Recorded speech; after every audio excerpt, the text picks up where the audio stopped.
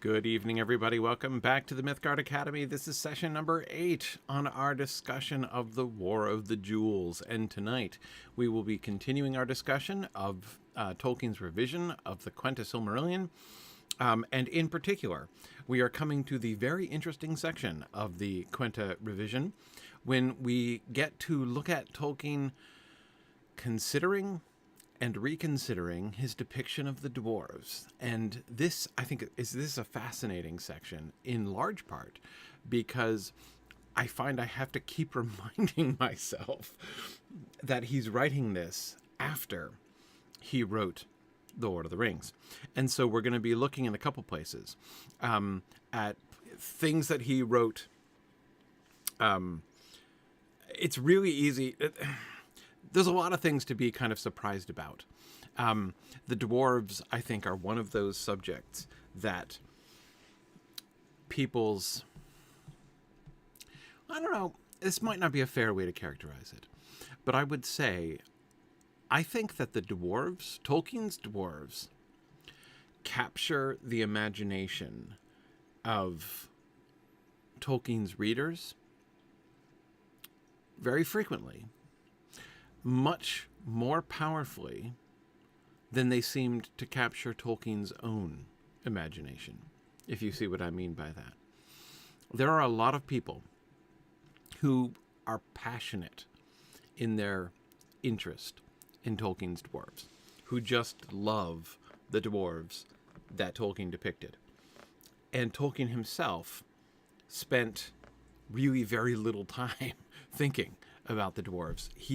I'm not saying that he didn't like the dwarves, he didn't care about the dwarves, but I think of all of the things that you discover when you read the history of Middle-earth, all of those things, of all the things that you go back and you sort of see how Tolkien's, how these ideas grew in Tolkien's mind over time, I think the subject of the dwarves might be one of the biggest surprises that a lot of people have. It's not only when they see where the dwarves came from, like what Tolkien's original ideas for the dwarves are, that they're kind of shocked and scandalized. That happens, but it's not just that.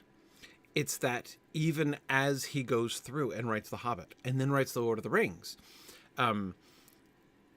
the imagination of a lot of Tolkien readers, I think, is still kind of leaping ahead of Tolkien's own imagination in a lot of ways. And so we're going to be looking at a bunch of these things tonight, and I think it's pretty fascinating. Yeah. Anyway, so Jocelyn likes my sweater. Thanks. It's freezing here today. It's like one of those spring days in New England that's like between 40 and 45 degrees and wet and clammy. It's been just like one of those it's been a sweater day today. I'm just saying, I'm wearing a sweater today. Anyway, right now, as JJ is joking and saying, nonsense, whatever I value and care about the most must have been what Tolkien valued and cared about most. And I hear that. That, of course, is certainly a known pattern of internet discourse for sure. But anyway, we're going to look at some of these things tonight. Just a couple quick announcements before we start. We just had a lovely Tex Moot this past weekend. It was delightful to see many of you at Tex Moot this year down in San Antonio. We had a wonderful time. We had a bit of an adventure. We were doing a hybrid moot, a live hybrid moot, and we lost internet connection, but persevered and continued broadcasting a hybrid moot without internet. It was pretty awesome, or at least without Wi-Fi. So anyway, that was awesome, and it was a great time. I've been for those of you who are at who are at Mythmoot, for me, one of the personally momentous things is that we did a session. Chad Bornholt and Matt Cannon, Evil Dr. Cannon, did a teaching session where they were teaching everybody to write in Tengwar. And I will admit, this is something I'd never done. I had never taken the time to learn Tengwar before, and I've confessed this before. That's just not something I've ever taken the time to do. But thanks to Chad and Matt, I learned Tengwar in their session, and so I've been practicing still. In fact, I just wrote on the back of this envelope I had on my desk. I just wrote this Tengwar note to Chad, practicing there, so you can see my Tengwar practice that I've been keeping up here. But anyway, it's been a lot of fun. There we go. There's Scott's notes that he was taking while he was attending. Yes, Scott, as soon as we were doing this, I knew I was thinking of your calligraphy pens that I saw at Sunshine Moot, and was thinking about exactly how gorgeous your Tengwar was going to be as you were practicing that along with us. Whereas I was practicing with my finger on my phone, on like a note app on my phone. And then I've just been writing in my ballpoint pen here literally on the back of an envelope. But anyway, it's that's been a lot of fun. I've been really enjoying that. So anyway, we had a great text moot.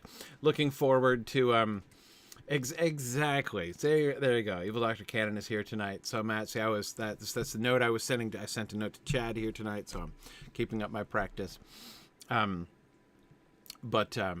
Anyhow, so text moot was awesome. Our next moot is Maple Moot next month in May. On the 20th of May, we're going to be in Toronto, in Canada, for our first ever Canada-based moot. We're going to be at Maple Moot in Toronto. So registration is open for that. We also have a number of our fall moots now open and confirmed. We've got Cascade Moot in September, right near the combined birthday, is going to be Cascade Moot in Portland, Oregon, up to the Pacific Northwest for the first time. We have Middle Moot on October 14th. I think it's the 14th. Pretty sure it's the 14th. We have Middle Moot out in Waterloo, Iowa on the 14th of October, followed immediately by New England Moot on the 21st of October here in New Hampshire, in Derry at Studio Lab. And then on November 4th, we're going to be back in Denver for Mountain Moot again. And yes, David, actually, we are discussing the details of Osmoot 2. Absolutely. That is currently under discussion. No, not Brisbane again. Sydney this time, most likely. We don't have a confirmed venue, but Sydney. We're looking at Sydney, probably January of 2024, next January. But we're still confirming the details there. But that is definitely under discussion. Looking forward to getting back to Osmoot. Mountain Moot November 4th, Emily. That's the plan. So anyway, there's going to be a great a whole bunch of wonderful mooting happening, and we're already into the spring of 2024 now with finding venues and doing some other moots and things. So it's gonna be a great time. And then of course, in the midst of things, right, in June we have Mythmoot, the big one, our big major event, in the middle of everything. So anyhow, that is the moots that are coming up. The last thing I want to emphasize before we get back to the text. So Tomas, the news about the next book in the series. So yeah, the finalists for the next Mythgard Academy book are going to be announced soon. I know the winnowing process has been happening, and so the finalists will be announced, and there will be another round of voting to vote among the finalists, which one is going to be up for discussion next. So we will see. Anyway, okay. Yes, JJ, New England Moot is at Studio Lab again. That's right. Yes, it is. Anyhow, okay. So the other thing that I wanted to mention quick before we get back to the text is clubs. So our Signum Academy clubs is having a not just the Learn Everywhere page, the clubs page. We're having a big special. So our clubs program is our educational program for kids, 3rd grade through high school. And we have a bunch of new clubs out. And most importantly, we're doing a big promotion in the month of May. Anybody that you refer can get a free month of clubs. So that's $100 value. And they can take a class for $100, $100 class for free. All you have to do is just recommend them. They can jump in and start up in May. Voting for the May sections ends soon. So, we need to jump on that.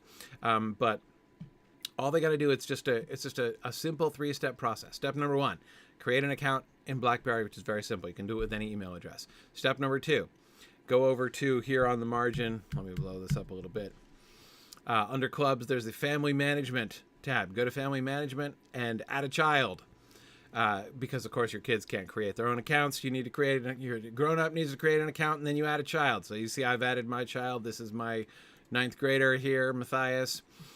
So I added him, and there he is. Then you just go to available clubs, and you will see the list of available clubs. There's book club. There's several book clubs: Narnia Club, Hobbit Club, Lord of the Rings Club. That's a high school club. There's Sparrows Creative Writing Club. There's the Japanese Conversation Club, and you will see if you've created, created your child there in family management, it shows up here. So there's just this button right here. The vote button. That's all you got to do. All you got to do is go in and then just hit the vote button and say, yep, that's the one that my kid is interested in. And then our wonderful team of schedulers will take over and get things set up. This is the one my son is excited about, Japanese Conversation Club. But yeah, Katie, by all means, do share in the Prancing Pony group. This is like anybody who has kids or grandkids, or we want to provide the opportunity for everybody to get involved. Absolutely. So anyhow, fun stuff. So go ahead and share this far and wide. We want to give people the opportunity. They can learn Old English. My son has been in this one. He's been studying Old English now for a couple of years. Kind of fun. Like, to be a 9th grader who can translate Beowulf. It's kind of cool. And then we have Latin too. So we have Latin and Old English. We have Japanese Conversation Club, creative writing, and then Narnia, Hobbit, Lord of the Rings, and another middle school book club. So all kinds of things. Anyway, this is what is happening. So I encourage you to spread the word about this. You can send a direct link to the clubs page, or just go to BlackBerry and the Welcome to Clubs page here. So that's just blackberry.signumuniversity.org/clubs, and that'll get to it. Anyway, there's all kinds of fun stuff to do here. All right, let us get back to the text. Now, first, actually, our very first slide isn't about dwarves, so let's start that, and then we'll come back to dwarves. Because our first slide is another one of the fun things that creeps up in this section of the Quenta, and that is a return of one of my favorite characters, Ælfwine. After the words "in the ancient days" at the end of the first sentence, the following footnote was added to the Quenta Silmarillion. This is Christopher, of course. As usual, the typist of LQ1, right, the first TypeScript version, took up the footnote into the text, but it appears as a footnote in LQ2, whose typist was again working directly from the manuscript. So here's the footnote. These matters, which are not in the Penas of Pengelod, I have added and taken from the Dorganas Yaur. the account of the shapes of the lands of old that Torhir Ifont made and is kept in Erisea, that those who will may understand more clearly, maybe, what is later said of their princes and their wars, quoth Alfwine. Okay, so this is a really fun piece of evidence of and I've said this many times before, the one thing, and I will start with my standard disclaimer about how grateful I am to Christopher for everything that he did, and how I enormously respect everything he did, which is my standard transition to complaining about something Christopher did, which always makes me feel like a bore. But anyway, here we are. I understand the reasons why he did it, but as I've said many times before, I am very, very sorry that we lost the frame narrative of the Silmarillion. The Silmarillion, every Silmarillion version of the story that we've seen, even the fragmentary stuff that he's doing later on, seems all still to have been. It does not look to me as if Tolkien ever really abandoned the idea of telling the Silmarillion within a frame narrative. Not the same exact frame narrative necessarily that we had in the Book of Lost Tales. The Book of Lost Tales has a very prominent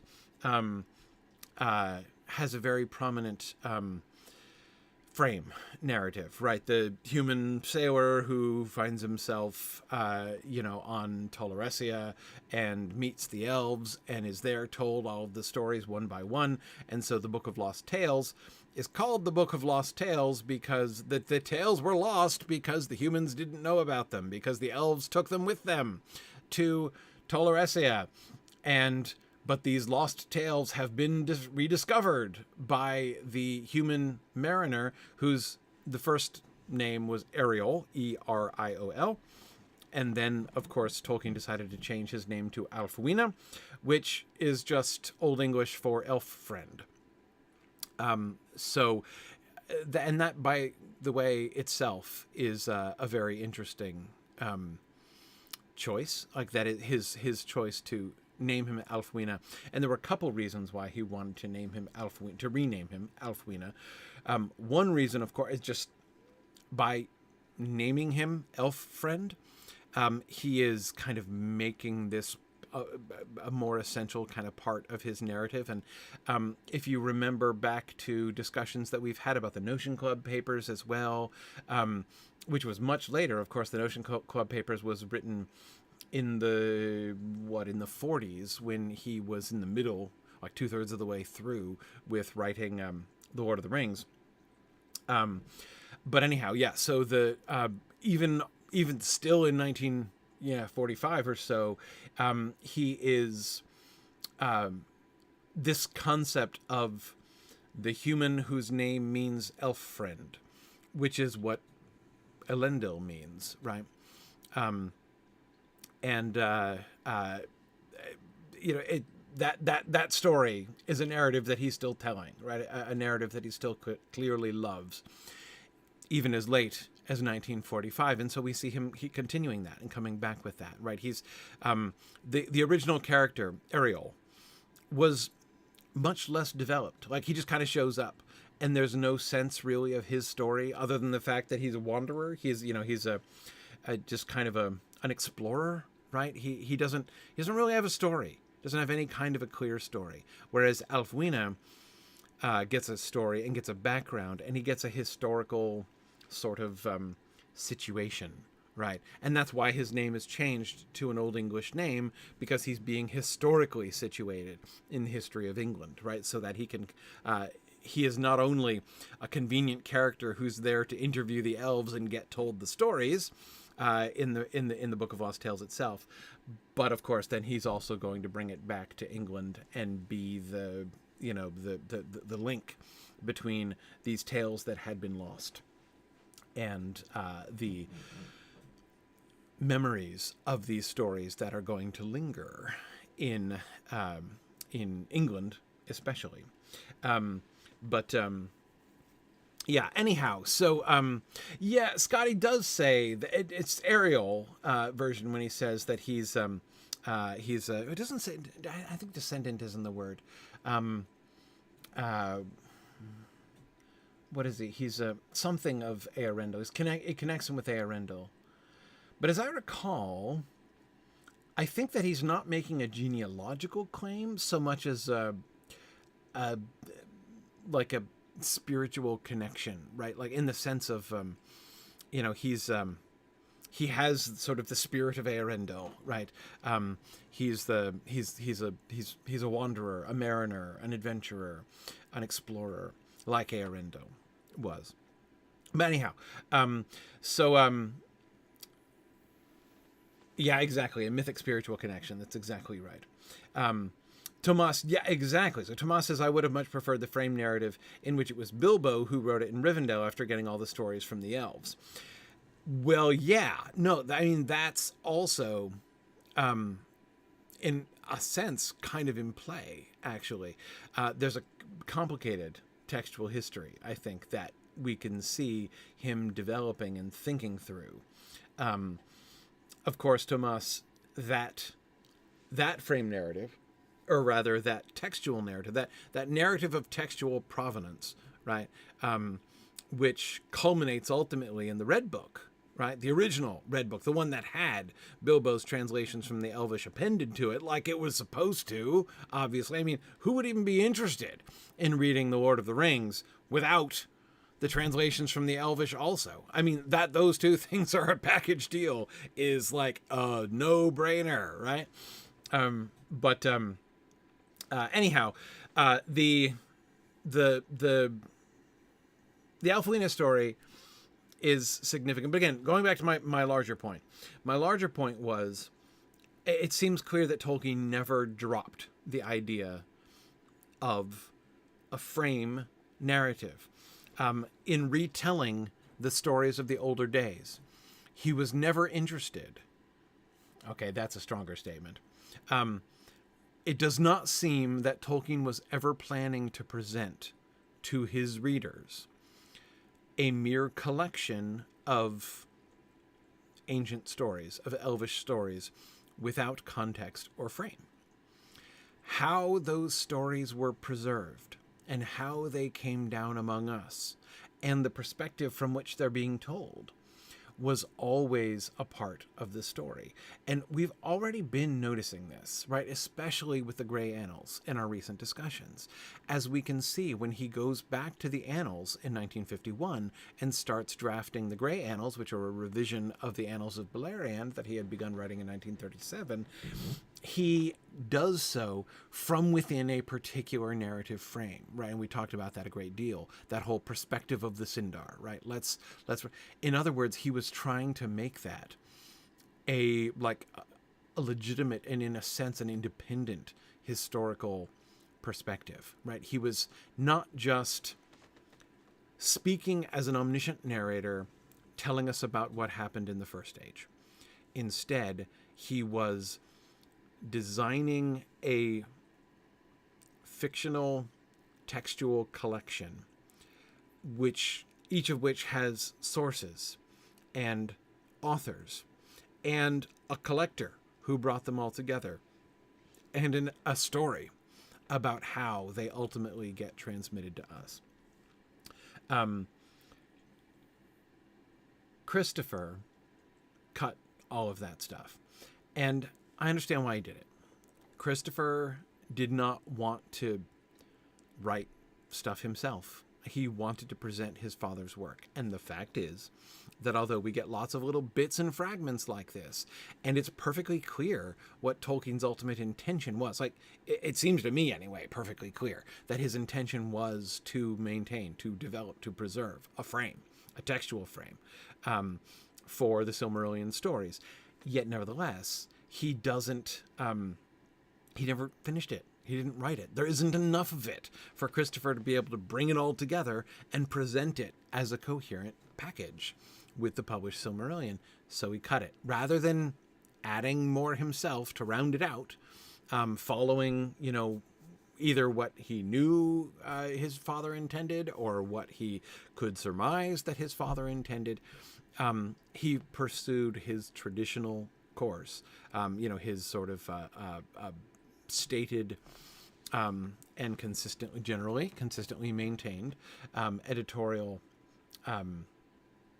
approach to doing the Silmarillion, and just if Tolkien didn't write it, if he didn't finish it, he didn't include it, he didn't present it, so we lost it. And therefore, when we're reading the history of Middle-earth, I love finding these bits.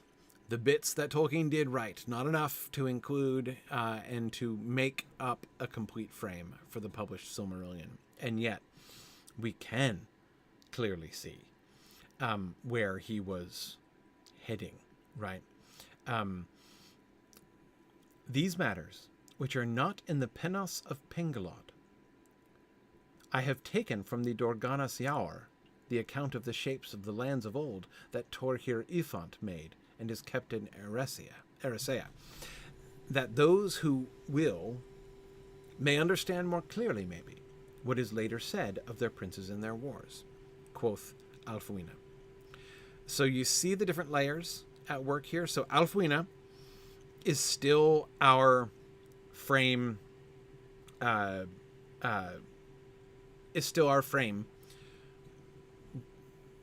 editor, collector, right? He is still our primary transmitter. So he's, well, for now, he is an outer layer, right?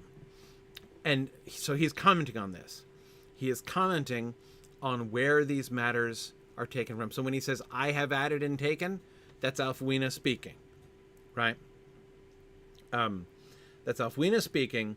And he says, oh yeah, this is, I believe, the only reference to Torhir Ifand. Not sure.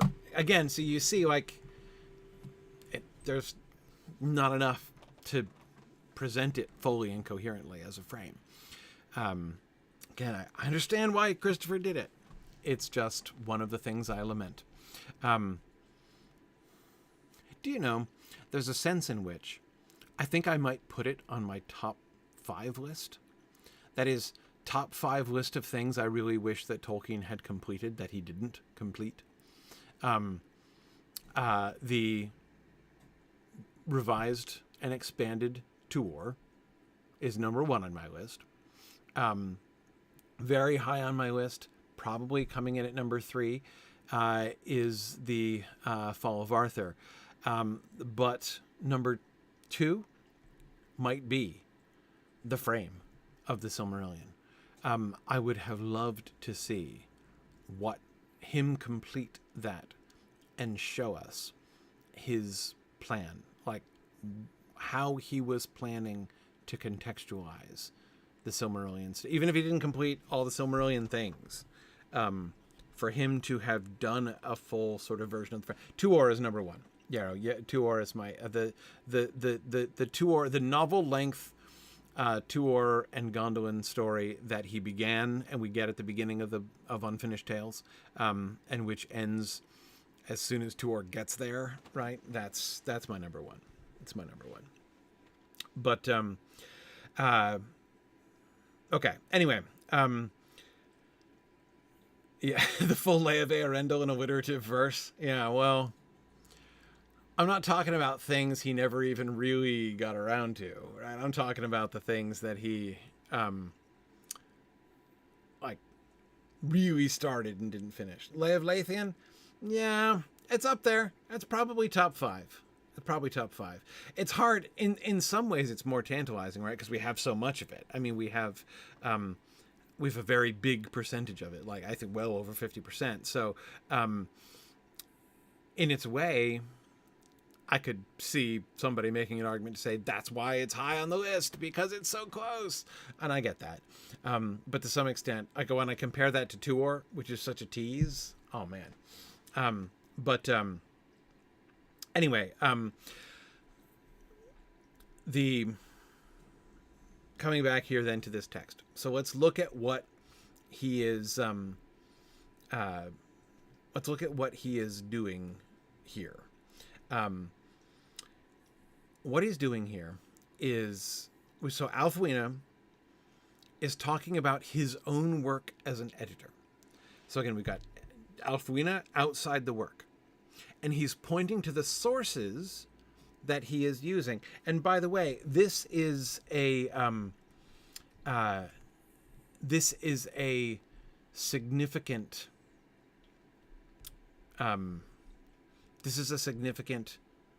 change.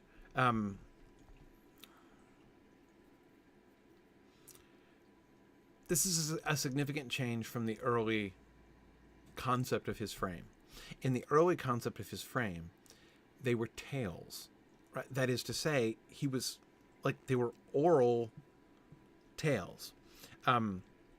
He was listening to the elves tell stories, and he was recording those, and he was the text. Here, notice what he's now. Ælfwine is like a scholar, right?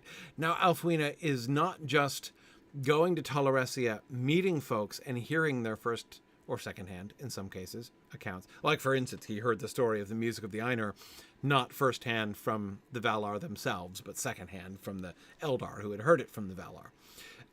But he's not just hearing stories and writing them down. Now he is collating texts. He has the Pennas of Pengalod. Pengalod, who is the scholar from Gondolin, who ends up in the Bay of Balar, not in the bay, at the settlement by the bay with Eärendil, and then retires to Tolkien. And then we have this other text, the Dorganas Yaur,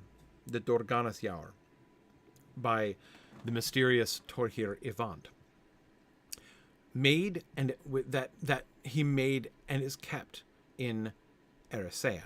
So we've got these two pieces of elvish scholarship from presumably two different perspectives, which now Ælfwine is reading, collecting things from, and producing his own sort of edition, right? So Ælfwine is, in a different line of work than he used to be. But again, notice so we have two layers, essentially. You could call it three, but I would call it two different layers of text narrative here, right? You've got the writings of Pengalod and the writings of Torhir Ivand. And then you've got Ælfwine, who is drawing on both of those and editing a larger account, right? And that's the text that we're getting. Oh, wait, except that itself is being transmitted through a modern translator, right? This is where I really wish he would have finished it. Would he have, in the end, done a thing like he did in the prologue of The Lord of the Rings, where he, Tolkien, adopts the persona of a modern researcher who came across the work of Ælfwine? Especially thinking about the stuff that Tolkien was so fascinated by during that period in the 40s when he was thinking about Numenor, and he was writing things like King Horn, remember, and that long poem, the Imram.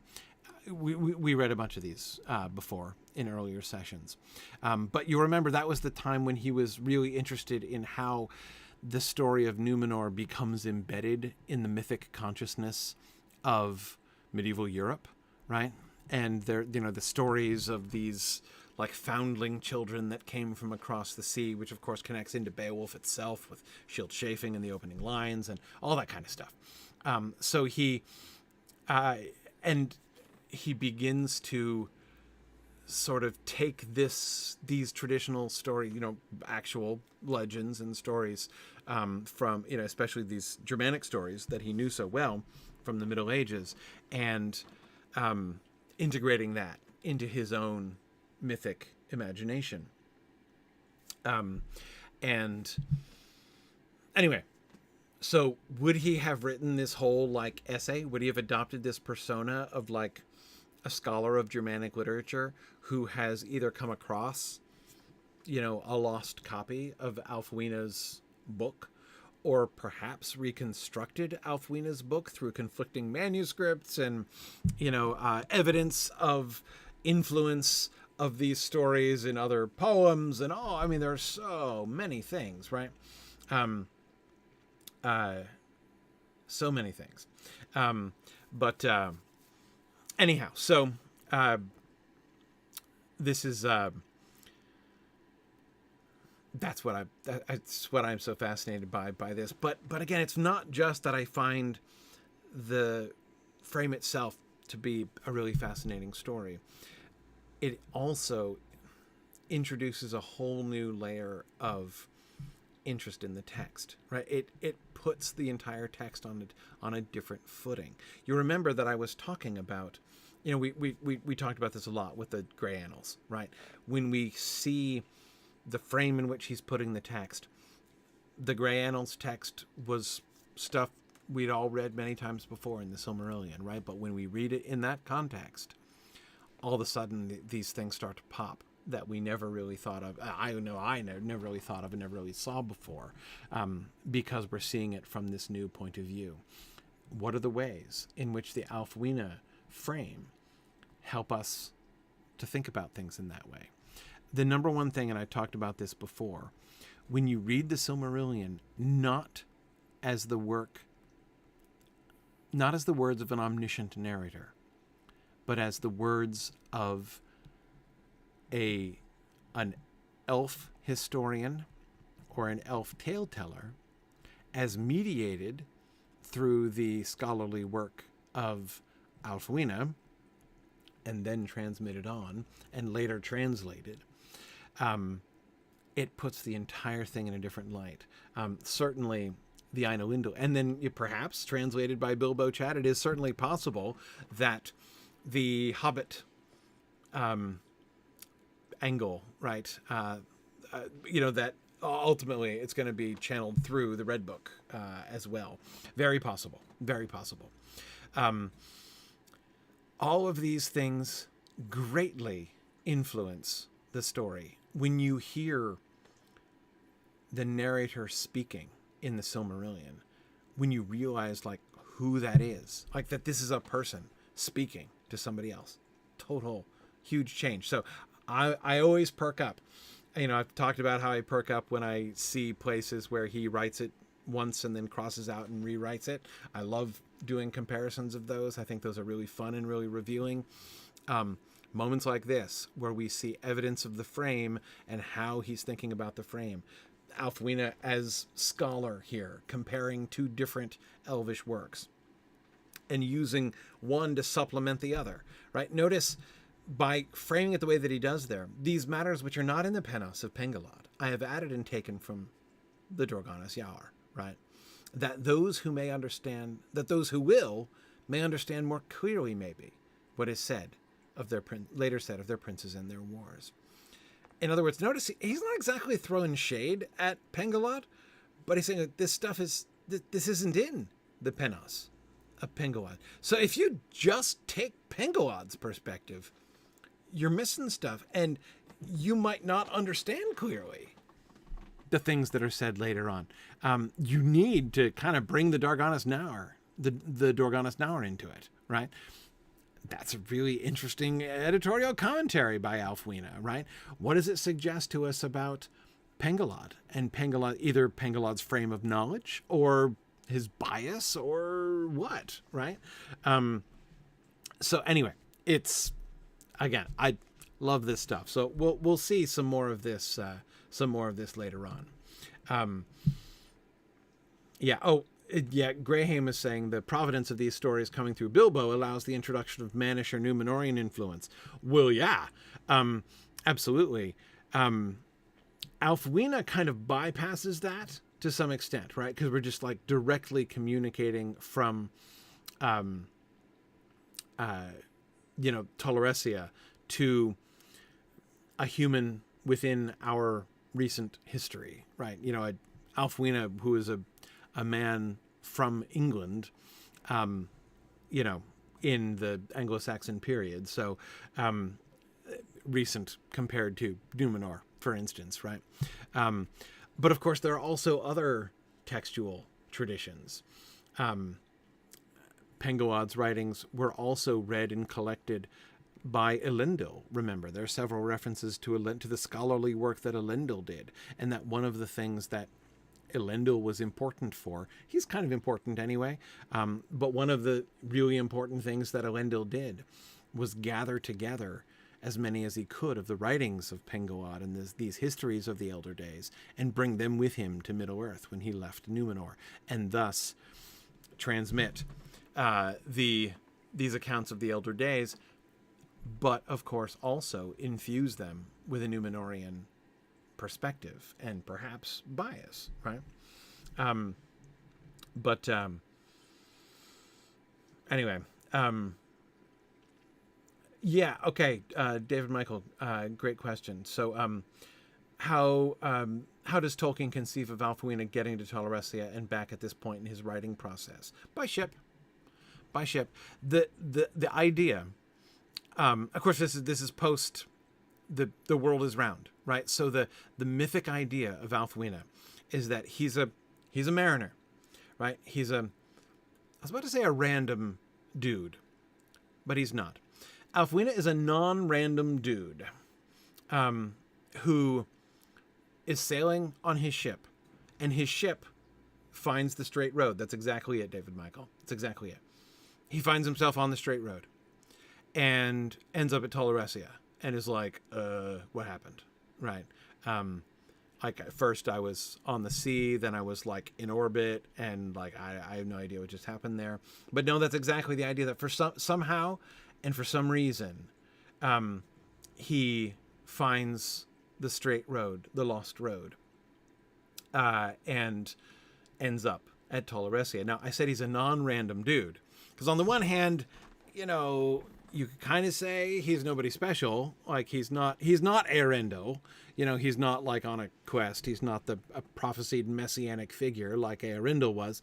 But he's also not random, because he doesn't get the name Alfwine after he arrives. Like, that's not what his friends at home started calling him after he comes back from Elfland with a book of stories, right? And now they just like, oh yeah, this is like, oh, it's Elf Friend, right? You know, coming to tell us about our Lord and Savior Eärendil. Like, that's not how it worked. He was named Alfwine prior to, his name was Elf Friend before he finds the lost road. At least here I'm going on what we've seen him when he's doing this stuff.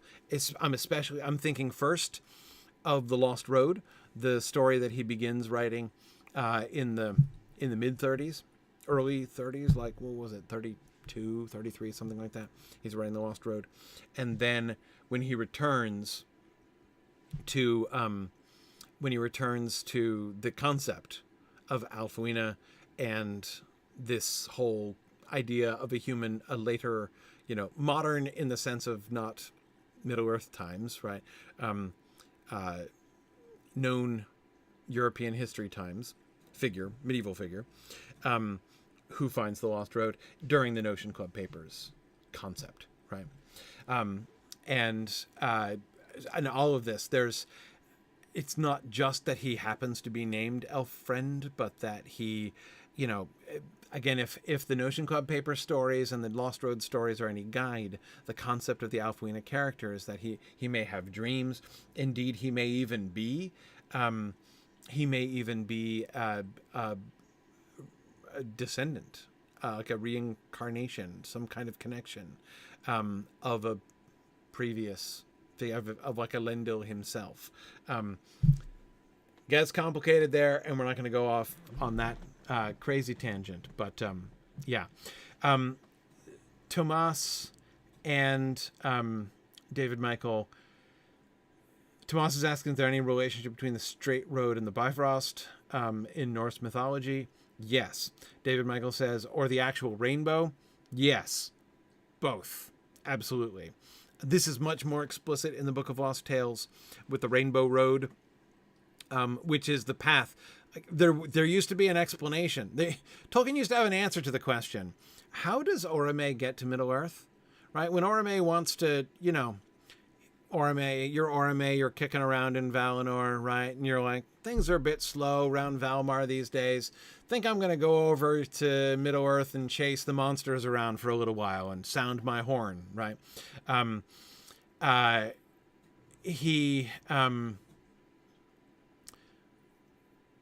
does he get there? Does Nahar swim the ocean? Does he run across the surface of the ocean? Does he teleport? Like, can he just port himself somehow? To me, is there? We don't really know. We're not given the answer to that question in the later versions of the mythology, but in the earlier version, the Book of Lost Tales, we are, and it's the rainbow. There's a rainbow road. Like there's an arch through the sky. It's a rainbow arch. That's what he, takes over across. Yes. There's lots of stuff there in the early stuff, and yes, it should make you think of the Bifrost. Absolutely.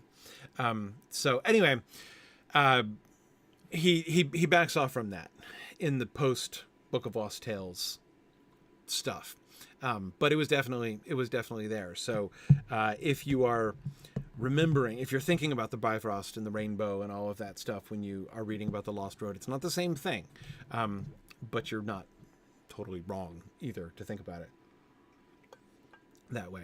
Okay, let's keep going. All right. This is a long passage, but I think I'm going to talk about it only briefly. Here we see him continuing to work through an idea that we saw creeping in at various points of the annals. You'll remember.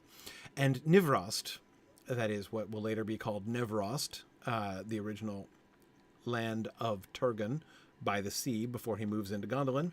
And Nivrost was held by some to belong rather to Beleriand than to Hithlum, for it was a milder land, watered by the wet winds from the sea and sheltered from the north and east, whereas Hithlum was open to cold north winds.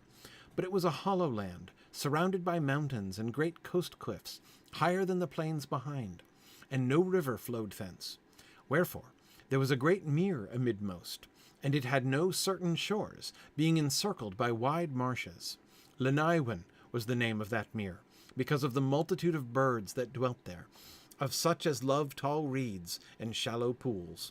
Now, at the coming of the Noldor, many of the grey elves, akin to those of the Thalas, lived still in Nivrost, nigh to the coasts, and especially about Mount Taurus in the southwest. For to that place Ulmo and Osse had been wont to come in days of old. All that folk took Turgon for their lord, and so it came to pass that in Nivrost the mingling of Noldor and Sindar began sooner than elsewhere, and Turgon dwelt long in those halls that he named Vinyamar, under Mount Taurus, beside the sea. There it was that Ulmo afterwards appeared to him. Okay, so remember what you may remember from the Grey Annals that we were kind of tracing. It was one of those changes that I was really interested in, because what we were seeing was apparently the evolution of the mythic significance of Gondolin. Gondolin was the refuge of the Noldor. It was like the last Noldor place, right? And you may remember that in the Grey Annals, the passages as first written tended to say that Gondolin only contained Noldor. It was like a 100% Noldorin enclave. And again, that was its mythic importance. It is the last stronghold of the Noldor. And so the fall of Gondolin means the destruction of the last realm of the Noldor. Now, it still means that, right? But the significance of it is altered, is broadened. Gondolin, which of course you may remember, was the first of the stories of the Book of Lost Tales that Tolkien wrote and finished, apparently. There are a lot of ways in which the Fall of Gondolin's story is really the beginning of the stories of Tolkien's Legendarium. And that concept, that the last hope of the Noldor, the last hope and refuge and safety of the Noldor was Gondolin. And the whole story of the fall of Gondolin is about how that final stronghold is betrayed, and then ultimately destroyed. And that initial concept of the significance of that to the Noldor specifically, that Gondolin was sort of the culmination of the story of the Noldor in Beleriand, the final tragic end of the story of the Noldor. That was the kind of the core of the idea of Gondolin, and that was the sort of central mythic significance of Gondolin and the Gondolin story in the beginning. And as I say, the evidence suggests that even now in 1951, after writing The Lord of the Rings, when Tolkien is returning to this stuff in the Grey Annals and in the Quenya, he's still thinking about Gondolin in those terms. He went out of his way to make the point that only the Noldor lived there, right? He still wanted it to be the Gondolin story, right? And he changed his mind. And we were watching him change his mind as he went, right? As he went back and altered those passages, not just single words, but whole sentences and passages, which suggested or stated plainly that only that Gondolin was a 100% Noldorin enclave, and instead said that Sindar and Noldor dwelt there together. Notice that this passage, this isn't crossed out, right? Here we get the story, the origin story, the story of how it is that Sindar ended up in Gondolin too, and not just a few token Sindar ending up in Gondolin, right? It came to pass that in Nivros, the mingling of Noldor and Sindar began sooner than elsewhere, right? He changes his mind. This is a huge turn, right? He's not just saying, well, it's okay, we can include the Sindar too, it's fine. He instead decides, instead of making Gondolin the final bastion of Noldordom, right? Instead, he says, no, I want Gondolin instead. I'm going to change the story of Gondolin. I'm going to make it into the most cosmopolitan of elvish cities. I want to make the story of Gondolin the tragedy of the place where the Noldor and the Sindar came together most and best. We see the tension between the Sindar and the Noldor in lots of other places, and there's blame on both sides, right, for those disagreements and for those attitudes. So Gondolin becomes the elvish melting pot, right? It becomes the place which is exemplary. So again, it's a significant pivot, right? It becomes exemplary among the elvish kingdoms for being the place where the Sindar and the Noldor blended most and best. And that gives a different color to the tragedy of the fall of Gondolin. It now becomes the story and the tragedy of all the elves and not just the Noldor anymore. And I'm not sure that this passage itself is the turning point, but it is interesting to me that although we were seeing all that stuff being done in crossouts back in the Grey Annals, we're not seeing that in a crossout here. So whether this is the moment that he makes that decision or whether he had made that decision and this came after that, we don't really know. But it is interesting to me that we're seeing sort of evidence of how this kind of came about.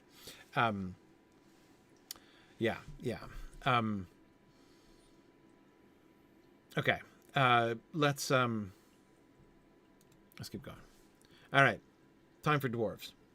Finally. Before we start this, I want to do a little recap. Let's make sure we remember what happened. Who are the dwarves in the Book of Lost Tales? When we're first introduced to dwarves in Tolkien's world, does anybody remember where and how? Who are the dwarves? Who are the dwarves?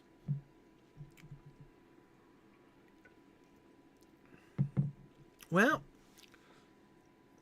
Abelard, that's actually that's Dwarf 2.0. Dwarf 1.0, we're even further back than that. Abelard is saying they're merchants. That's the second version. I think, if I'm remembering correctly, that's the Shaping of Middle-earth. That's like the Sketch of the Mythology version. The 1928 sketch. Yeah, Chad, exactly. They're bad guys. They're like orcs. They're children of Morgoth. They are listed. We first come across them listed in the list of the what is it? The Umunyar. I might be butchering the word. I'm not remembering it clearly. But the list of the what are called the children of Morgoth. The orcs, trolls, dwarves. They're in the list, right? They're simply bad guys. They're simply bad guys. And that's always very jarring to people who really love the dwarves. Then when he comes back to it, when he comes back around, so keep in mind now, I was talking last week about Mime, right? The story of Mime, and how in the original version, like in the Book of Lost Tales version, Mime was the father of all dwarves. He was the original dwarf, right? The eldest father of all dwarves, and he was a bad guy.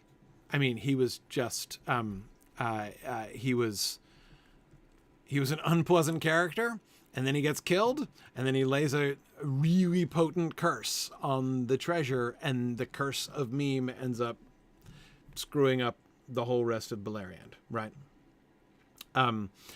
So anyhow, that's the original version of the dwarves, and they are no good at all. Then in the second version, when he comes back to them, he sort of backs off. He doesn't anymore say that the dwarves are children of Morgoth. They become free agents, but they're still not great. They're merchants. This is the one, Abelard, I think that you're remembering. They're merchants, but they're war profiteers. They're selling to both sides. They make arms and armor for the elves, but they also make arms and armor for the dwarves.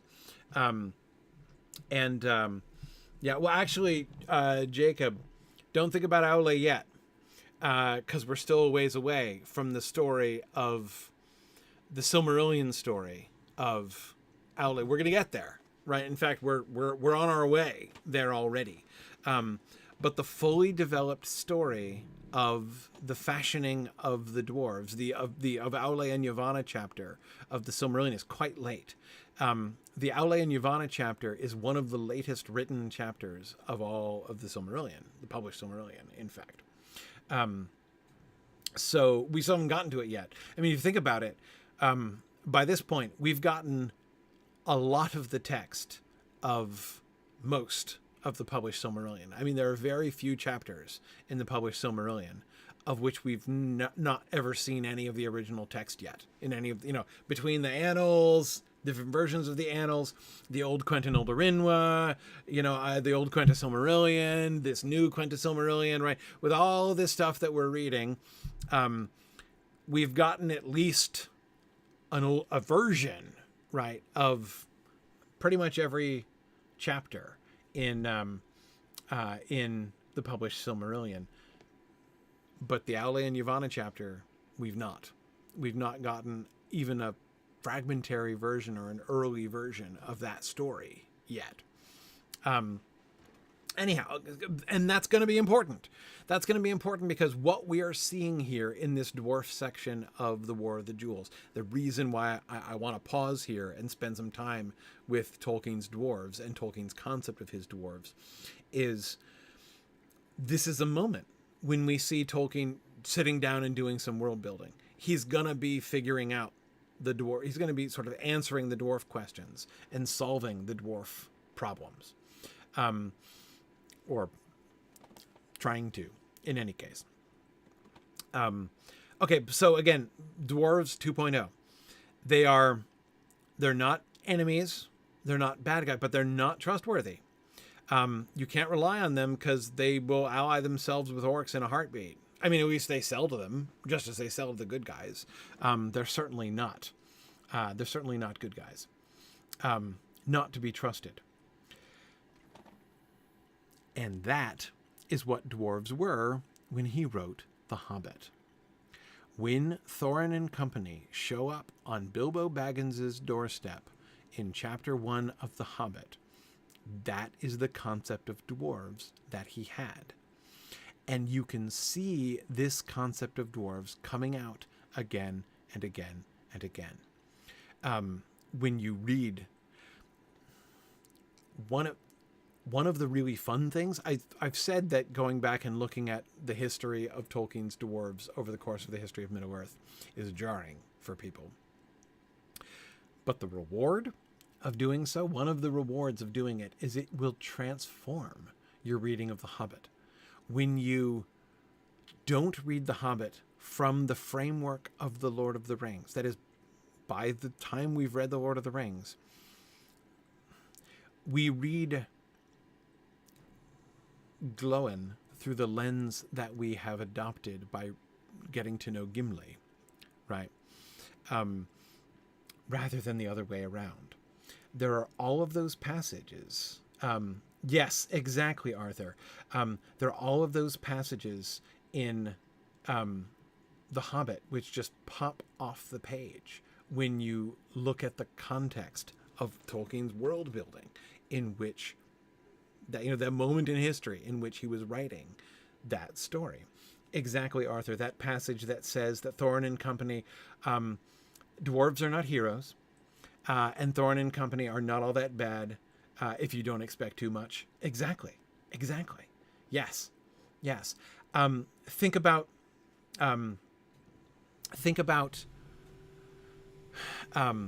Smaug's comments about dwarves, right? The superior knowledge that Smaug claims about the nature of dwarves and how he believes that Bilbo has some surprises coming to him, and Bilbo's uncomfortable feeling that he gets when Smaug says this, right? Smaug is not just slandering the dwarves. Smaug is, as a general thing, not at all wrong, right?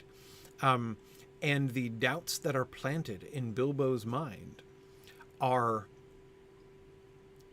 not true of Thorin and company, but they're very plausible. They're very believable. And of course, they're also almost immediately confirmed by Thorin's own actions and his increasing greed. The falling out between Thorin and Bilbo becomes the kind of thing that, frankly, we should have seen coming. Bilbo should have seen coming, right? And it also means that the change of heart that Thorin has on his deathbed and his heroic and self-sacrificial charge are they redouble in significance, because this is Thorin Oakenshield showing that he's not just another dwarf, that he is not just one of those kinds of dwarves that Smaug isn't wrong about, right? It is the Hobbit itself, I think. It is the Hobbit itself. And keep in mind, it's not even until the change in tone that happens in Chapter 10 of The Hobbit, when the dwarves crawl out of the barrels at Lake Town, that Thorin's own stature rises. The dwarves are pretty comical and often sort of questionable characters all the way through the book to that point. But anyway,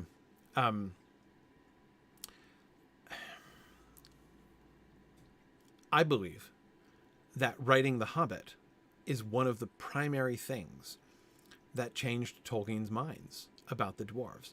I think that it's Thorin's deathbed, his deathbed conversation with Bilbo, that does more than anything else to make Tolkien rethink dwarves and say, you know what? At the very least, The dwarves aren't going to be just shady, right? There are clearly good. There are some dwarves who are heroes and who can be heroes, and his ideas about them change and begin to change. Yeah. Yeah. So, Arthur, I don't want to. I don't want to dwell on this too much because it's a huge topic, and there's a lot to it, and there's no way I'm going to be able to do it justice without going through and looking at all of the, the primary texts related to this, and we don't have the time or scope for it now. But I want to address the connection between dwarves and Jews, which is made, and a lot of people talk about a lot. Tolkien made that connection, said that the dwarves were like the Jews, and this has caused a lot of eyebrow raising in many readers, and from Tolkien's lifetime on through now. I say I don't want to. We can't really talk about the whole thing. What I will say, it used to be 10 years ago. I heard very few people talking about this. This was not something that was even generally known to a whole lot of people, it seems to me. I mean, I'm not saying nobody ever knew it, that has only just recently been discovered. I'm saying when I talk to Tolkien fans, it's one of the effects of Tolkien professoring for as long as I've been Tolkien professoring now, right? I mean, I've been doing this for almost 15 years. So it's been almost 15 years that I've been having, multiple conversations a week with, lots of people from all over the place about Tolkien. One of the things that has happened in those 15 years is I've seen, particular things kind of come and go, like areas of interest, or, particular questions used to come up a lot and don't come up so much anymore. Or, now things come up that never really used to come up 10 years ago, and that kind of thing. So this is one it's been a hot topic recently, comparatively. This almost never came up 15 years ago, but it comes up now quite a lot. And it's become it's stated as a kind of truism. People will just throw out a statement like, well, Tolkien based the dwarves on the Jews. What I would say is that's a massive oversimplification of the situation. And I am not, it may sound like I'm trying to deny that or kind of distance myself or even distance Tolkien from that because it's uncomfortable. Because, of course, when you do look at especially his depiction of the older dwarves who were merchants and who had a very high idea of the value of money. Remember from The Hobbit, that's another line. Anyway, there are many, many ways in which it's really easy to point to some pretty broad and unattractive anti-Semitic stereotypes that Tolkien seems to be appealing to in connecting the dwarves to the Jews. And so that makes a lot of people uncomfortable. And so, but I want to make it clear, I'm not trying to avoid the discomfort of that. Some of that is real. I think that there are, I think it's unquestionable that there were anti-Semitic stereotypes that were activating some of these connections that Tolkien was making.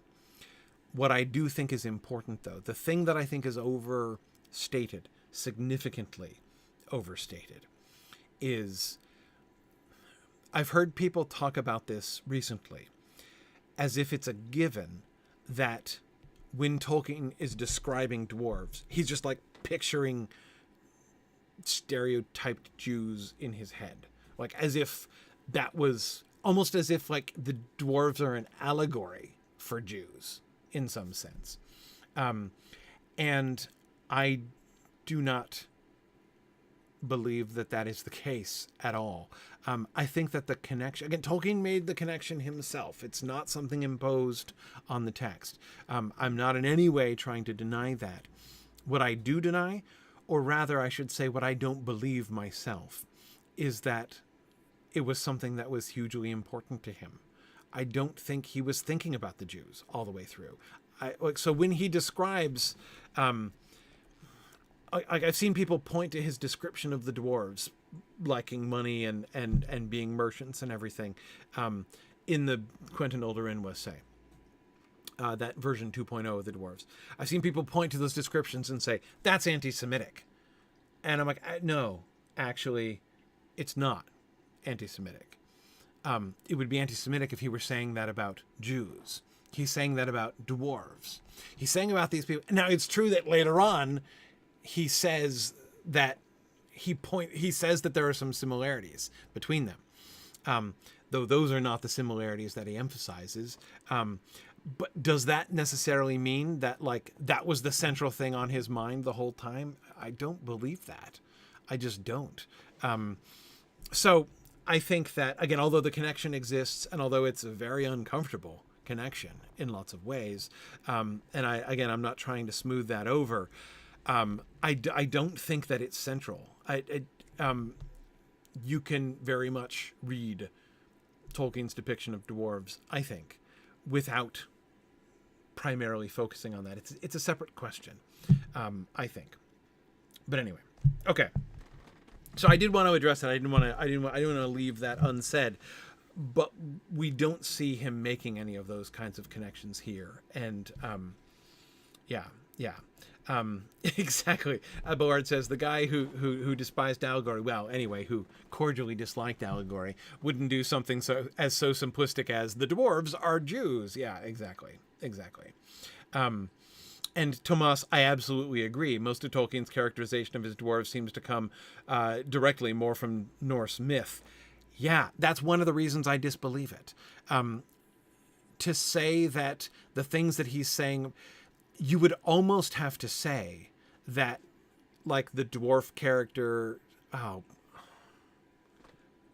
on his name. What's the name of the dwarf in the Nibelungenlied who, the story of the Nibelungs, who curses the treasure, the sort of meme figure there? I'm blanking on the dwarf's name, the Norse dwarf's name, Germanic dwarf's name, depending on which version of the story you're reading.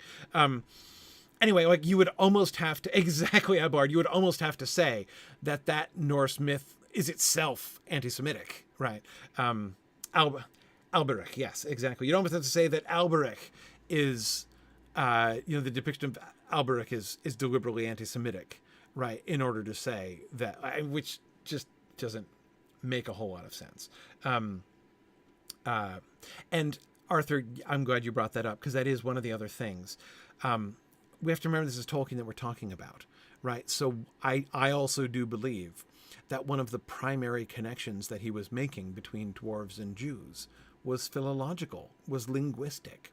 The fact that he was envisioning the dwarf language to be a Semitic language. I'm not saying that explains everything. I'm not saying that there isn't a kind of disturbing consonance between many of the things that are said about the dwarves and some standard anti-Semitic stereotypes. Again, that's there, and he made the connection. So, that's open for discussion. But the linguistic angle is clearly something that really mattered to him a lot. Anyway, okay. So let's get back to the dwarves now. So we got Dwarf 1.0, Children of Melkor. Dwarf 2.0, free agent merchants, not Children of Melkor, but not admirable. Dwarf 3.0, I think the first ever Dwarf 3.0 is Thorin Oakenshield on his deathbed, right? This is when we go from dwarves are not heroes to dwarves might be able to be heroes, actually. Maybe the arrow's pointing in the other direction here with dwarves, post writing of The Hobbit, right? And of course, Gimli, son of Glóin, he's, I think, Dwarf 3.0, right? He is the poster child of Dwarf 3.0. If Thorin Oakenshield, if dying Thorin Oakenshield was the prototype of Dwarf 3.0, Gimli is the main showroom model, right, of Dwarf 3.0. But now what? Where does he go after that? We're now in the 50s. We're post Lord of the Rings. He wrote Gimli's character years ago now. Where's he going next? What do we see here in the Quenta Silmarillion? Is that the petty dwarves? That's interesting. Are the petty dwarves Dwarf 4.0? By the way, this begins the character of Meme and the identification of Meme, the reemergence of Meme in the narrative of Turin suggests, I don't think that Meme is Dwarf 4.0. I think the petty dwarves are very likely Tolkien trying to like have his cake and eat it too, right? From a narrative perspective, he loved the Curse of Meme. He loved the Curse of Meme so much that Curse of Meme, as I've said, became almost more important than the Silmarils themselves, right? So when he's retelling the Turin story, the Children of Hurin, he doesn't want to lose that, right? He loves the meme angle. He loves the meme element. So he wants to bring Meme back. But now he's in the world of Dwarf 3.0. And the old Meme, the old nasty, I'm going to curse stuff Meme, I'm going to curse things like that. Even Thorin and company curse things. As I learned to read, this was one of the quizzes, Chad, that Chad gave me at Textmoot this weekend after he and Matt taught me Tengwar.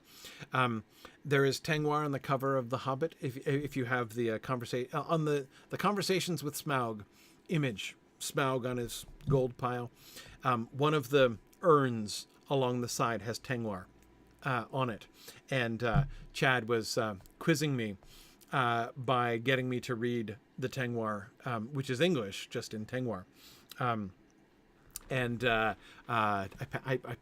passed the test. I translated the urn, and the urn is a curse. It's cursing anyone who would steal the gold. That's still a dwarf thing. Of course, we see the dwarves, Thorin and company, in The Hobbit in Chapter 2, laying a curse on the treasure that they get from the trolls. Right? It's a dwarf thing. But it's more. Could you imagine Gimli doing this? Could you imagine Gimli laying a curse on stuff? Right? Dwarf 3.0, it doesn't hang on them as well, right? They're again, the arrow's pointing up with the dwarves. They're heroes, or at least possibly heroes. At least some of them are heroes, and it's but anyway, he still wants Meme. He still wants the curse. He still wants the nasty dwarf. And I honestly think the petty dwarves enable him to build a world in which the dwarves are still Dwarf 3.0, right? But we still have some, Dwarf 1.0, maybe Dwarf 2.0 floating around, right? Those are the petty dwarves. They're like the older models that are still in circulation in the market. Meme might be more like Dwarf 1.3 or something. Not exactly. He's not all the way up to 2.0, I'm not sure.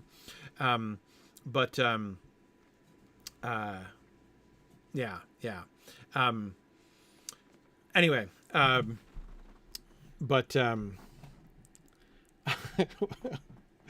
Chad, my message to you today was mistake free. Didn't make any mistakes in my Tengwar. I'm so glad. I only looked up one letter too. I was proud of myself. Anyway, okay. Getting distracted by my Tengwar training. So this is the context that we're in. Now, we're going to do it now. We're going to go to the text. Okay. Nogrod the Dwarf Mine. Above Dwarf Mine is penciled Dwarodelf. And in the margin again, Dwarodelf, Nogrod, was afar off in the east in the mountains of Mist, and Belagost was in arid Linden, south of Beleriand. At the head of the page, with a direction for insertion in the text after Belagost the Great Fortress, the following was written very rapidly. Greatest of these was Khazad-dûm, that was after called in the days of its darkness Moria, and it was far off in the east in the mountains of mist. But Gabal Gathol was on the east side of Ered Linden and within the reach of the elves. Okay, what is going on here? So, it may come as a bit of a shock. This may come as a bit of a shock here too, because he had already begun identifying. Let's actually, let me skip ahead for a moment. Oh, oops, hang on a second. I meant to move my slides around and I didn't. Hang on. Let me go to the handy summary here. This is the handy summary that Christopher gives. I had meant to move this slide up and forgot. Sorry about that. Okay, here's Christopher's summary of the names of the dwarf cities. So what we're looking at here is the original form of the Quenta Silmarillion, written in 1937. He goes back and edits it in between times. And then this is the revised version. This is the one that we're looking at right now in 1951. So somewhere between 1937 and 1951, he does emendations, like he writes on the original typescripts, right? And now he's doing a new version of it here in 1951. So in the 1937 version of the Quenta Silmarillion, right before he writes The Lord of the Rings, there are two dwarf cities, Nogrod and Belagast, the ones you know from the Silmarillion, right? The two that are in the Blue Mountains. Nogrod is identified in 1937. It's identified with Khazad-dûm, and it's still in the Blue Mountains, right? Belagast is called, so it's called the Dwarf Mine. Nogrod is. It's called Khazad-dûm, Nogrod, the Dwarf Mine. Those are its three names in Khuzdul, in Sindarin, and in English, right? Khazad-dûm, Nogrod, Dwarf Mine. Gabal Gathol, Belagast, Great Fortress. So Silmarillion, people who know the Silmarillion and the Lord of the Rings, this is mind-bending, right? To think that the dwarves of Nogrod are the Longbeards. Khazad-dûm is Nogrod. That's the identification that he makes in 1937. Remember, this is after he wrote The Hobbit, where Moria, the mines of Moria, right? He's been developing that concept, that story, right? He already had Nogrod and Belagast existed, so they predate the Quenta Silmarillion. They go back to the Quenta Noldorinwa and everything before. So he already had the idea of these two dwarf cities in the Blue Mountains. After he writes The Hobbit, he's like, okay, one of those is going to be the Mines of Moria. One of them is going to be Khazad-dûm. It's going to be Nogrod. Now, then he amends between 1937 and 1951. He writes on the original typescripts of the Quenta Silmarillion and changes and makes the following changes. Khazad-dûm equals Nogrod equals Dwarodelf, later Moria. Gabal Gathol equals Belagast equals Great Fortress. Now again, he didn't write this with the equal sign. This is Christopher's summary, right? Bringing this stuff together. So based on the emendations of the manuscript, he is still identifying Nogrod with Khazad-dûm. And he now changes the translation from Dwarf Mine to Dwarodelf. See when he's doing this, right? 1937 was when he was translating it Dwarf Mine. Now he's calling it Dwarodelf. Well, of course, because that's how he translated it in The Lord of the Rings, right? So presumably he did this identification. He is still identifying Khazad-dûm with Nogrod after he wrote The Fellowship of the Ring, right? Later Moria. And Belagast is still the other. This is where, back to the one we were just looking at. Greatest of these was Khazad-dûm, that was after in the days of its darkness Moria, and it was far off in the east. Remember, this is written very rapidly, right? To be inserted in. This is part of that emendation that Christopher was drawing from for that summary. And it was far off in the east in the mountains of mist. So he's decided. So originally, here we go. Originally, Nogrod and Belagast in the Blue Mountains.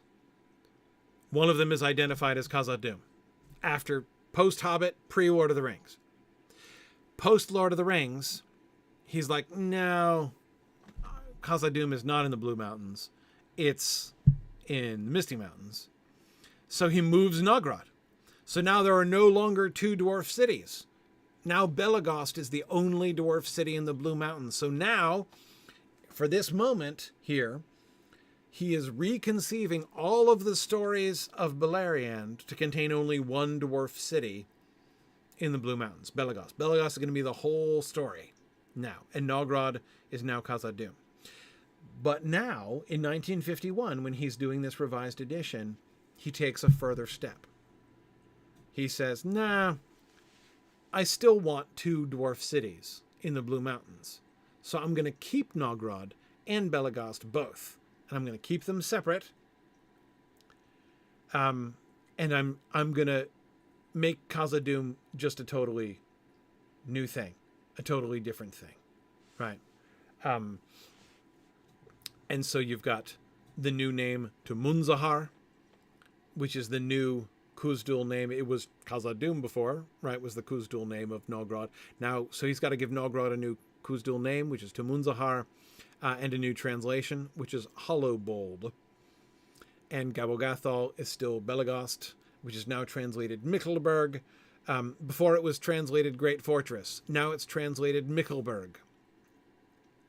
Anybody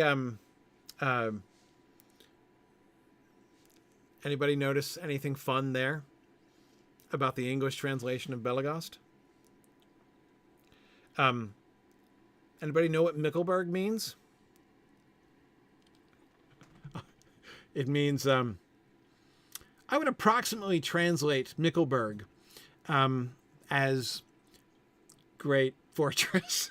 Actually, it means Great Fortress. But it's building on Michel, like Michel Delving. Michel is the archaic modern English form, which survived in place names like Michel Delving, like as in a case like Michel Delving, but it comes from a Middle English and an Old English originally word Mitchell, which just means big, great. So he's taken Great Fortress and he's translated it into he's not translated it into Old English. He has rendered it as an English place name which is derived from old words. Do you see what I mean? He's made it, instead of just calling it Great Fortress, which is just a more literal translation, he has given it a name which sounds like an English place name. Sounds like an English place name of some antiquity, right? And which still means Great Fortress, but which now sort of suggests this sort of old tradition and roots the idea of Belegost within a historical frame, a modern historical frame. In fact, I'm sensing the activity of Alfwina here in the name Michelberg, actually. Anyway, and then we get Nornhabar, which is the new elf name. He had to give Nogrod a new Khuzdul name. He has to give Khazad-dûm now a new elf name, and he calls it Nornhabar, which, of course, is not the same as the form that he eventually gives it. Anybody remember the published version of the like the later Elvish version of Khazad-dûm?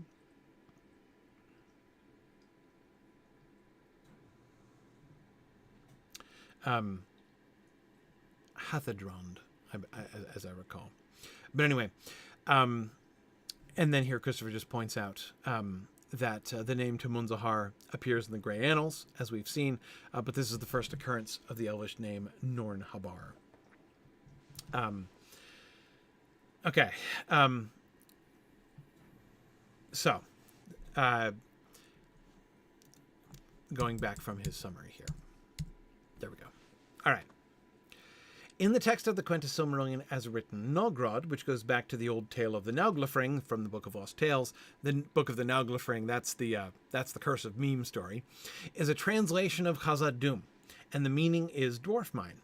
Both Nogrod and Belegost, Gabugathol, are specifically stated to have been in the mountains east of Thargelion and were so placed in additions to the second map. In The Lord of the Rings, Khazad-dûm is Moria, and Nogrod and Belegost are ancient cities in the Blue Mountains. The notes in the margin of the Quenta Silmarillion just given must represent an idea that was not adopted, whereby Belegost remained in arid Lindon, but Nogrod/Khazad-dûm was removed to the Misty Mountains, and Nogrod became the ancient Elvish name of Moria. Oh, by the way, one step that I sort of forgot there. The word Khazad-dûm is not used in The Hobbit. It's just called Moria, as if it were the original name. And in fact, we know for a fact that Tolkien himself thought of the name Moria as the original name of the Halls of Durin. How do we know this?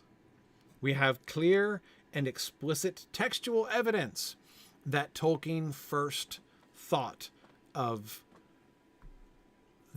Moria as the official and original name of Durin's halls. Exactly, JJ, the writing on the doors. It is there for all to read on the doors on the west gate of Moria, that Gandalf is trying to figure out how to get into in the Fellowship of the Ring. It calls the place Moria. So anyway, and of course, even on Balin's tomb, that's seconded, right? Here lies Balin, son of Fundin, lord of Moria. It seems unlikely that Balin would have called himself that, right? Surely he would have called himself Lord of Khazad-dûm. So anyway, the idea of Moria existed. In The Hobbit, it's called the Mines of Moria, right? So the identification, you've got Moria on the one hand and Nogrod on the other hand, and he's bringing them together, right? And then deciding later on to separate them.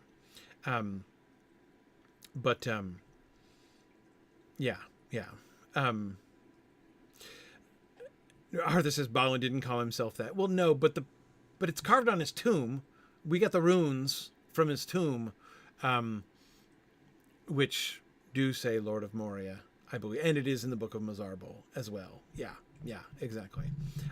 So it is clearly an authentic expression of the of those dwarves, right? They clearly thought of the place as Moria.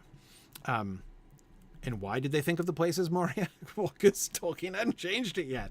But again, this is so important, right? This is so important to realize. Do you see how much in flux the idea about the dwarves was, even as Tolkien was writing The Lord of the Rings, right?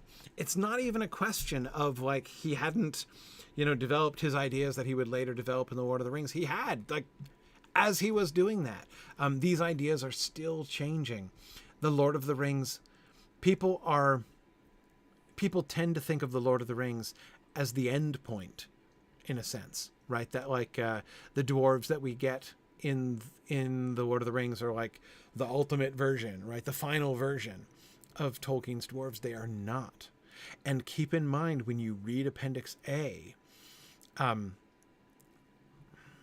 it is not. Well, okay, Appendix A is more complicated, as we'll see. But keep in mind when you are reading Gimli and everything that Gimli says about dwarves in The Lord of the Rings, that the Aule and Yavanna chapter of the Silmarillion had not been written yet when, at any point that Gimli is talking, at any point that dwarves are under discussion, in the actual body of the text of The Lord of the Rings, the Aule and Yavanna chapter had not been written. So you cannot confidently apply the things that we learn about dwarves and their history to Gimli.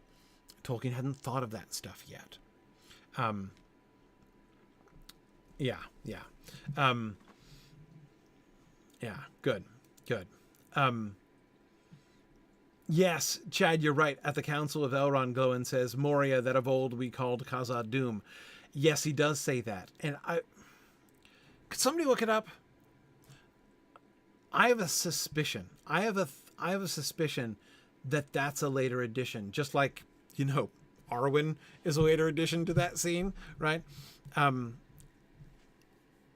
If somebody could find in Return of the Shadow the first version that we get of the conversation between Frodo and Glowin in Rivendell, I think it's in Return of the Shadow. It might be at the beginning of Treason of Isengard, but I think it's in Return of the Shadow.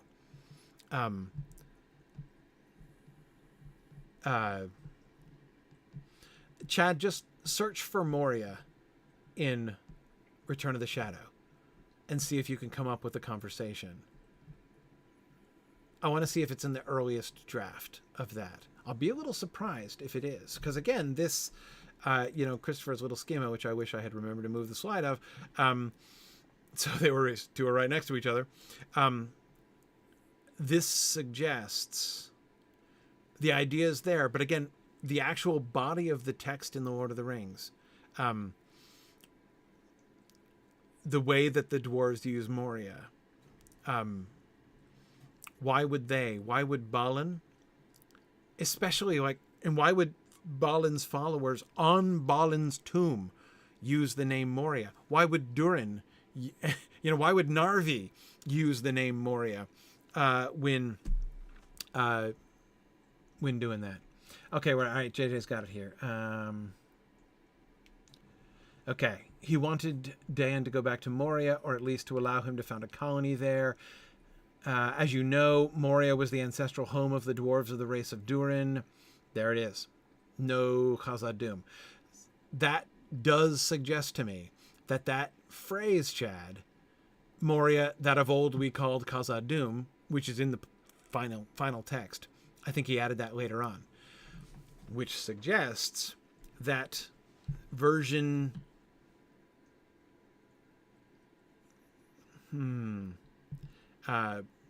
version 2 here was probably because Khazad-dûm was Nogrod. That was always Nogrod. Nogrod was always Khazad-dûm. Khazad-dûm is, so when the name Khazad-dûm becomes attached to Moria, that's like an appropriation. As you can see, Nogrod had the name in the first place, in the Blue Mountains. Nogrod brings the name Khazad-dûm to the Misty Mountains, and then Nogrod goes back to the Blue Mountains, leaving the name behind, right, is the history of the name of Khazad-dûm.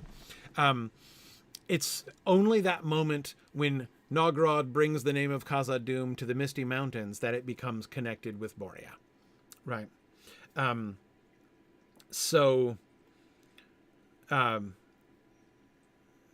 Yeah, it's right. Fanar, you think that Celebrimbor was trolling Narvi, right? Yeah, no, it means Golden Palace or something. Yeah, no, Moria is a great name. You love it, right? Like it's, yeah, trust me. Yeah, no, I can see that. Anyway, okay. So, but do you see what I mean? If the identification between Khazad-dûm and Moria had already been made, it would 100% not be on the doors. And it would almost as certainly not be carved on Balin's tomb. And it would also very probably not be written in the Book of Mizarble, right?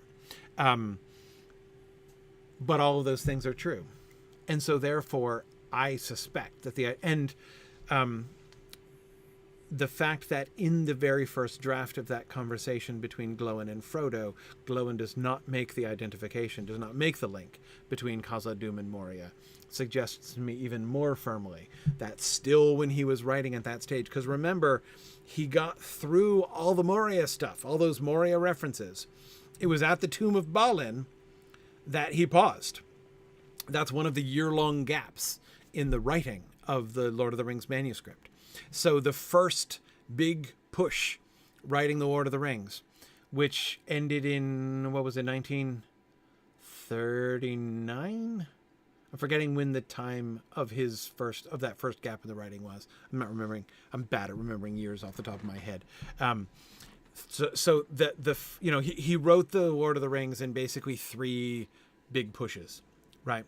The first one started, the end of 1937, beginning of 1938, and went up through, and got all the way up through Balin's tomb after, as many of you will remember, writing, the beginning 5 or 6 times, right?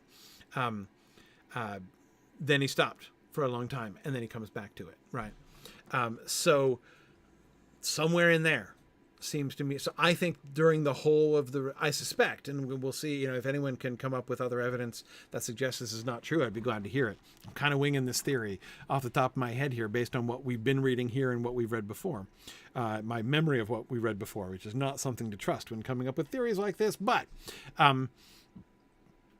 my theory is that through that whole first wave of writing the Lord of the Rings, he still had not done this. So that this second tier of naming happened either during the hiatus, that first hiatus, or after that first hiatus. Such that when he goes back and does the final, he still has plenty of time to go back and add that bit where Glowin explicitly makes the connection between Khazad-dûm and Moria. Yeah. Anyhow, okay. Isn't this fun? I know we're getting like really geeky into like textual analysis here tonight, but let me once more point to the big picture of why I think this is important. The reason I care about this question of like when it got what name and how this works in, it helps us to understand where in the stage of his revision of his story about dwarves the Lord of the Rings was. There are ways in which the stuff that we are seeing and are reading here can recontextualize, not as radically, the effect isn't anything like as significant as the recontextualization of The Hobbit that you get from reading the Quentin Olderinwa, but still it does give some pretty interesting light. Okay, anyway, let's do one more at least. I've gotten kind of in the weeds here this evening, but I'm not sorry. Okay.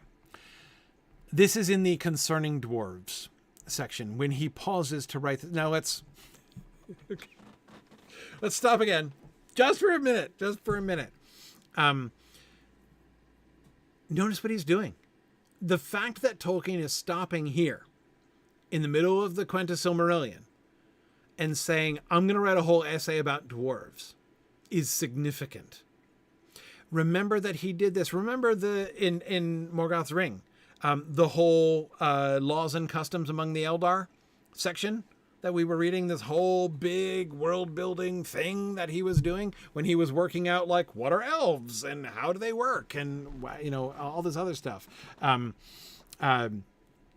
All that stuff came up in the context, so he's working on the stories and then he comes to a point, and that point, of course, as you'll remember, was Finway's second marriage, right? Whew. Wow. That was complicated, right? Things got awful messy at that point. And he did, this inspired him to write this whole long essay about elves and how they mature and their marriages and their children and all of this other stuff, right?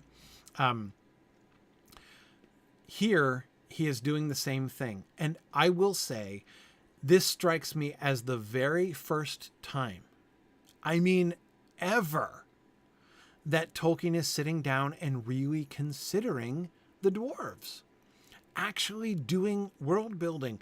They were very bit characters. They were like, there was Meme, the like mustache twirling villain of the Book of Lost Tales. There were the shady dwarves of the Quenta Nulder Inwa, and we got a little bit of background. I mean, he paused for a little bit of like, let me give you a paragraph to tell you the background of the Naugrim, right? But it was not, I'm going to sit down and work through outside of the frame of the text, right? Outside the story, the Quenta Silmarillion. We interrupt the Quenta Silmarillion to just write an essay about dwarves, which I think is pretty clearly one of the ways in which Tolkien himself processed and developed his own ideas. And so we see Tolkien deciding right now to pause and say, I need to figure out dwarves. I need to figure out what's going on here. I will also note, as a side note there, I said, let's pause here. Pause where? Where is he pausing? And I can't help but remember all of the stuff we were noticing about the petty dwarves. This impulse to bring the petty dwarves in, to reintroduce dwarves in some of these other ways, right? This seems to be one of the things anyway, leading to Tolkien needing to sort this out, right? Needing to sit down and figure this stuff out once and for all. So here we go. Let's figure out dwarves for the first time. The Hobbit is written. Probably the first 2/3 of the Fellowship of the Ring is written. And now we're going to figure out what dwarves are for the first time ever.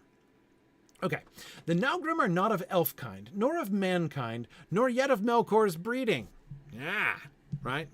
Dwarf 1.0 completely discontinued. And the Noldor in Middle-earth knew not whence they came, holding that they were alien to the children, albeit in many ways like unto them. But in Valinor, the wise have learned that the dwarves were made in secret by Aule, while earth was yet dark, for he desired the coming of the children of Iluvatar, that he might have learners to whom he could teach his crafts and lore, and he was unwilling to await the fulfillment of the designs of Iluvatar. Wherefore, though the dwarves are like the orcs in this, that they came of the willfulness of one of the Valar, they are not evil, for they were not made out of malice in mockery of the children, but came of the desire of Aule's heart to make things of his own after the pattern of the designs of Iluvatar. And since they came in the days of the power of Melkor, Aule made them strong to endure. Therefore, they are stone-hard, stubborn, fast in friendship and in enmity, and they suffer toil and hunger and hurt of body more heartily than all other speaking folk. And they live long, far beyond the span of men, and yet not forever. Aforetime, the Noldor held that dying they returned unto the earth, and the stone of which they were made. That's from the Quenta Nulder Inwa. That's what it said in the Quenta Nulder Inwa. Yet that is not their own belief, for they say that Aule cares for them, and gathers them in Mandos, in halls set apart for them, and there they wait, not in idleness, but in the practice of crafts, and the learning of yet deeper lore. And Aule, they say, declared to their fathers of old that Iluvatar had accepted from him the work of his desire, and that Iluvatar will hallow them and give them a place among the children in the end. Then their part shall be to serve Aule and to aid him in the remaking of Arda after the last battle. Yes, David, this is 1951, so this is before the appendices were conceived. That's why I was dialing it back when I said we're getting the stuff that we're getting here, we're getting after everything we read in the Lord of the Rings, not Appendix A. Appendix A comes after this, right? And you can see some of the places that Appendix A is drawing from this, right? Exactly. He's recycling stuff for Durin's folk. Yes. Though one of the things that I am interested in is what things he selected there. Because it's that the comparison is kind of interesting to me, but we're not going to get into that right now. So what's he doing? Notice there are two places.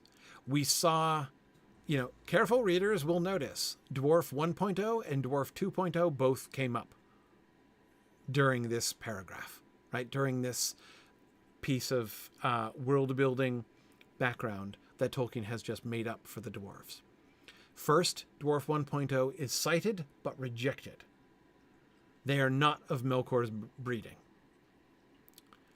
He doesn't add explicitly something like, though I have heard that lie has been told, right? But he might have done. So anyway, they're not of Melkor's breeding. So he acknowledges it. He recontextualizes it. No. That's a false story. That's a false story. That one's not true. Then he raises the second story that also is not true, Dwarf 2.0. Aforetime the Noldor held that dying they returned unto the earth and the stone of which they were made, which is what it says in Quenya Noldor. And he says, nope, turns out that's not true either. Now this time he cites it, right? He doesn't blame the Noldor for accusing the dwarves of being Melkor's breeding, but he does cite the Noldor specifically for believing that false belief about they can't be blamed. They didn't know everything about the dwarves. Okay, so we are getting, so yes, we have the elf version versus the dwarf version. Yes. And JJ, you were right. No mention of reanimating the mummy of Durin. That is absolutely correct. We don't get that yet.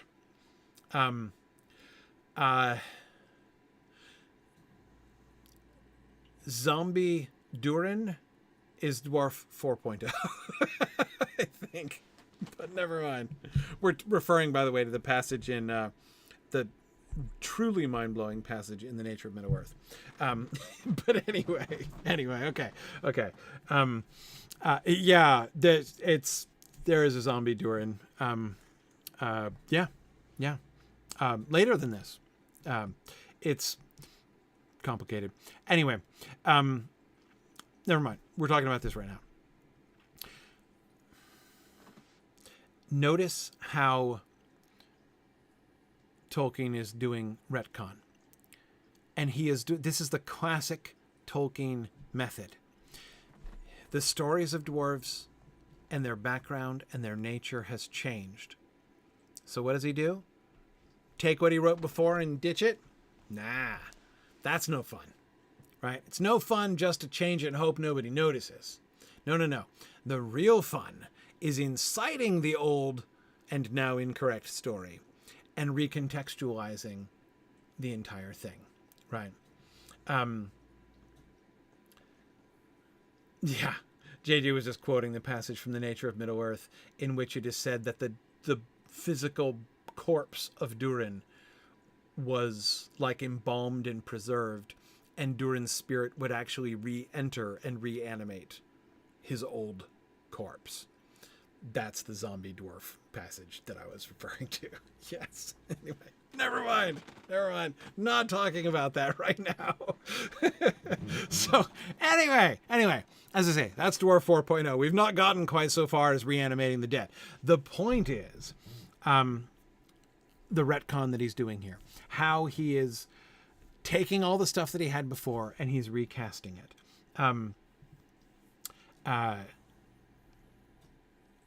Let's okay.